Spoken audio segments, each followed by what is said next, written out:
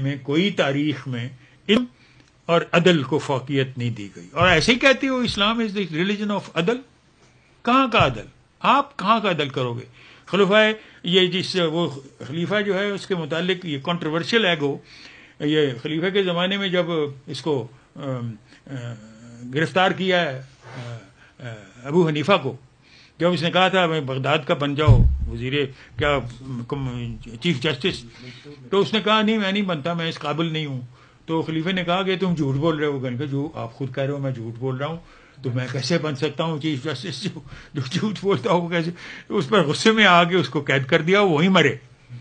ابو یوسف جس وقت بنے اس کو کہہ دیا بن جاؤ. ابھی یوسف سے جو فتویٰ انہوں نے دلوایا اس خلیفہ صاحب نے، وہ اس پر کنٹروورشل ہے. ابھی ایک فرینچ سپیکنگ مراکن نے کتاب لکھی ہے اجتہاد پر.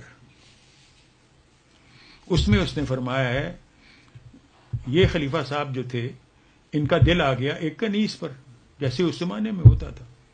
اس کنیز نے آگے سے کہا کہ جی آپ کا والد صاحب میرے ساتھ ہم بستری کر چکے ہیں، تو میرا رتبہ تو آپ کی ماں کی طرح کا ہے.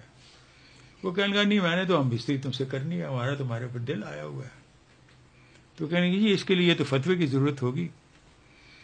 تو ابو یوسف سے منسلک کیا جاتا ہے کہ انہوں نے فتویٰ دیا کہ جو بھی اول الامر کہے اس کو جو کنٹراڈکٹ کہے وہ غلط ہے، اول الامر صحیح ہوگا، کیونکہ اس کی اطاعت قرآن اور یعنی خدا اور رسول کے بعد فرض ہے. اچھا اب یہ اول الامر کی اطاعت ہی کے سبب ہمارا عدلیہ ہمیشہ زیر رہا ہے انتظامیہ کے. آپ جائیں ذرا ہسٹری میں جائیں، کرٹیکل نقطہ نگاہ سے دیکھیں ہسٹری کو. یہ تو اقبال نے بھی نہیں کیا جس طرف میرا ذہن جاتا ہے. میں تو محسوس کرتا ہوں کہ خلفائے راشدین کے زمانے میں بھی بعض صحابی اتنے طاقتور تھے کہ وہ کورٹ کو اپنی مرضی کے مطابق فیصلے وہاں سے فتوے لے لیتے تھے. حتیٰ کہ حضرت علی کو ناظر المظالم کا کورٹ قائم کرنا پڑا جس میں خود بیٹھتے تھے. Why did the fourth caliph create a new court called ناظر المظالم؟ یعنی ظلم پر ریویو کرنے والا، ظلم پر نظر ثانی کرنے والا. یہ ظلم 3 خلیفاؤں کے زمانے میں کس طرح ہو سکتا ہے؟ آپ تصور کر سکتے ہو؟ رسول اللہ نے آنکھیں بند کی تو یہ صورت ہو گئی. اچھا یہ علی کو شکست کیوں ہوئی؟ عائشہ انہوں نے مقابلے میں کیوں آ گئی؟ جمل میں یہ کارزار جمل کیوں ہوئی؟ یہ مکے میں کیوں تھی جس وقت عمر کا علی کا انتخاب ہوا؟ علی کو ووٹ کس نے دیا؟ میدنائٹس نے دیا. کیا اس وقت جو میکنز تھے انہوں نے محسوس نہیں کیا کہ ہمارے ہاتھ سے پاور چلی جائے گی؟ وہ وہی چیز نہیں تھی جو سندھی اور بلوچی میں ہے یا بلوچی اور پنجابی میں ہے. یہ میکنز جو تھے یہ کس طرح محسوس کر رہے تھے اس وقت جس وقت علی کو مدنیوں نے، مدینے والوں نے منتخب کر لیا؟ عائشہ اس وقت مکے میں تھی. یہ 2 شخصیتیں بڑے قریبی صحابی یہ کیوں اسی وقت بھاگ کے مدینے سے مکے کیوں گئے؟ طلحہ اور زبیر یہ کیوں گئے وہاں؟ انہوں نے حضرت عائشہ کو کیوں کنونس کیا کہ فوج لے کے ہم کوفے کو فتح کریں؟ کوفہ فتح کر لیا. کوفہ کے فتح جو وہاں کا گورنر تھا اس کا نام عثمان تھا.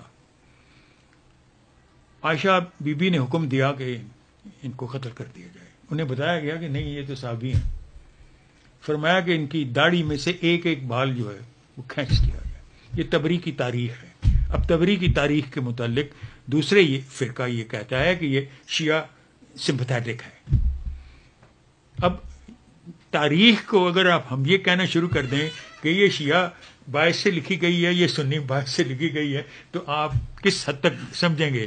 آپ آگے چلے گئے. سو یہ ہے، میں سمجھتا ہوں اگر آپ اپنی تاریخ پڑھیں، خلفائے راشدین کے زمانے کو چھوڑیں، اموی خلافت کا زمانہ پڑھیں جس وقت یہ یزید نامزد کیا گیا ہے. اب مروان جو کوفے کا، مروان جو مدینے کا گورنر بن کے آتا ہے، وہ کیا کہتا ہے؟ وہ کیسا استدلال پیش کرتا ہے جو کہ ایک طرح سے شیطانی استدلال ہے رحمانی کی بجائے. وہ کہتا ہے کہ امیر المومنین معاویہ نے اپنے بیٹے یزید کو اپنا ولی عہد منتخب کیا ہے following the tradition of Abu Bakr and Umar. ان کے بیٹے وہاں بیٹھے ہوئے تھے، وہ سوال اٹھاتے ہیں کہ انہوں نے اپنے بیٹوں کو تو منتخب نہیں کیا. اس کا جواب مروان دیتا ہے کہ ان کو کون روکنے والا تھا؟ اگر وہ چاہتے، وہ سمجھتے کہ اس قابل ہے، اب وہ اگر سمجھتا میرا بیٹا اس قابل ہے تو اس کو مقرر کر سکتا. عمر سمجھتا میرا بیٹا اس کو ہے، وہ کر سکتا تھا، کون روکتا تھا؟ لیکن یزید کو امیر المومنین سمجھتا ہے کہ وہ قابل ہے، اس کو مقرر کر دیا، جواب ہو گئے.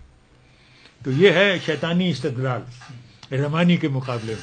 جس طرح مولانا روم کہتے ہیں کہ ایک اعتدال شیطانی ہے، ایک اعتدال رحمانی ہے.